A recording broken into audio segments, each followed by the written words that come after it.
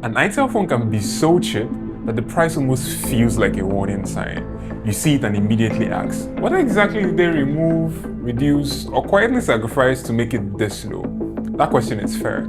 So instead of talking in vague theories, let us use actual phones, actual prices in naira, and actual product pages to trace how itel is pulling this off. My name is Josh, and this is Tech Mansion. So let's get into it. Have you ever looked at an itel phone and said, this one is too cheap, something has to be wrong here? Fair enough. But cheap doesn't always mean fake, and it does not always mean bad.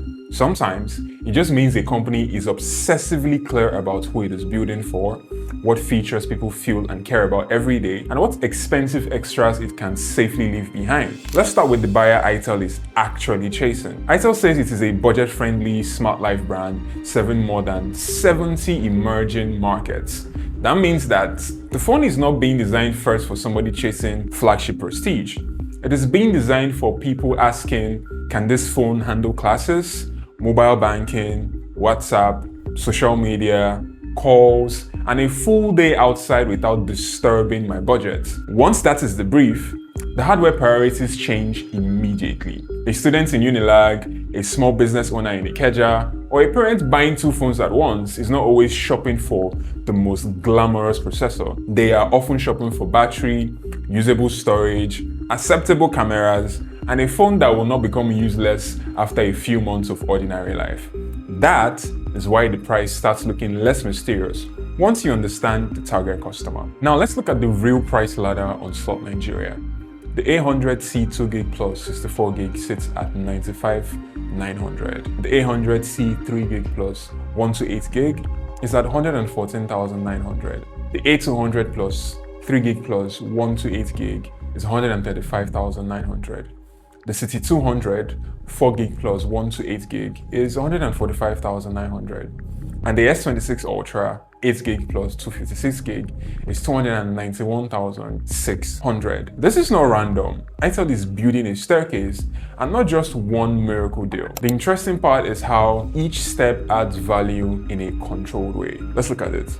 The A100C gives you a 6.6-inch 90Hz display, Unisoc T7100, 5000 mAh battery, and 15 watts charging. If you move up to the A200 Plus at 135,900, you now get a 6000 mAh battery, 120 Hz refresh rate, IP65 protection, and MIL STD810H durability. Step up again to the City 200 at 145,900, and you get 4GB RAM, 128GB of storage, 50MP camera, 5200 mAh battery, and 120 Hz refresh rate. So itel is not throwing everything into one phone.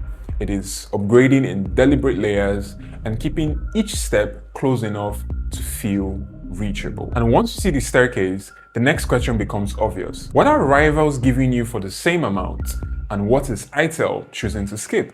Take the Xiaomi Redmi A3 Pro first. Slot list sits at 126,400 with a 90Hz HD Plus display, Helio G81 Ultra, 50MP camera, and a 5160 mAh battery. That is cheaper than the A200 Plus and stronger on raw chip and camera headline. But the A200 Plus answers differently. It has 6000 mAh battery, 120Hz, IP65 protection, and MIL STD durability. So right there you can see the pattern. itel is not always trying to win on processor or camera bragging rights. Sometimes it is choosing battery length and ruggedness instead. Now let's compare City 200 with Samsung Galaxy's A07. Slot lists the A07 4GB plus 64GB at 151,580,000 naira with the Helio G99 processor, 50MP camera, 5000 mAh battery, and 25 watts charging. The City 200 is slightly cheaper for 145,900 and gives you 4GB plus 128GB, 50MP camera, 5200 mAh, 120Hz, and IP65 protection, but it uses a weaker Unisoc T750 processor. Again, same pattern.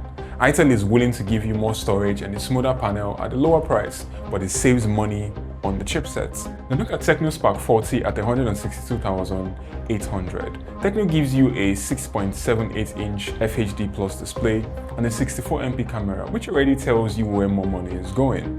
Compared with that, itel CT200 stays HD+, and the 50MP camera, so it can hold the line lower on price. That is where the formula becomes obvious. So where exactly do they cut costs? First, display class. Many itel models stay on HD+, instead of jumping to pricier FHD+ panels. Second, chipset choice. A100C, A200 Plus, and CT200 lean on unisoc options instead of more expensive chips like Helio G99. Third, camera strategy.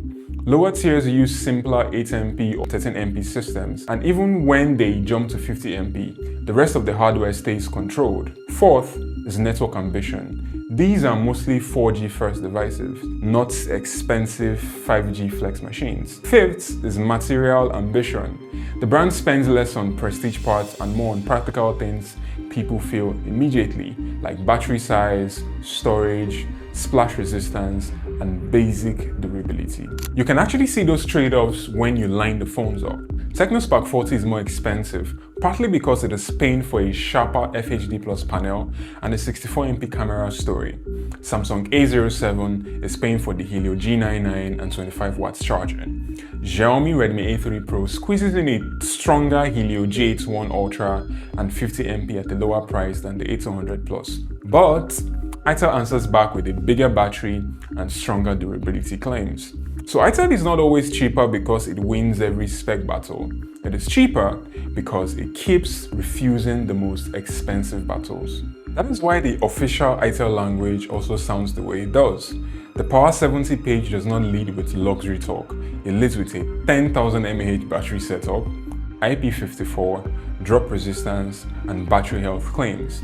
In other words, itel is selling survival first.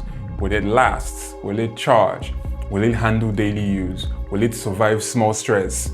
That is the center of the offer. So the phone gets cheaper because the company keeps asking a ruthless question. What can we simplify without breaking the experience that everyday buyers care about the most? Then add the machine behind the brand. Transsion says it sold 169 million phones in 2025 and runs a wider family that includes itel, Tecno, Infinix, and CarCare.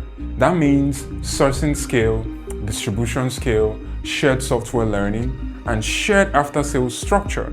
A smaller brand would struggle to give you low prices, broad market coverage, and support access at the same time. itel has help. And support matters because cheap phones feel far riskier when you think one bad week will leave you stranded. But CarCare Nigeria shows repair reservation, warranty checks, repair status, and service center tools.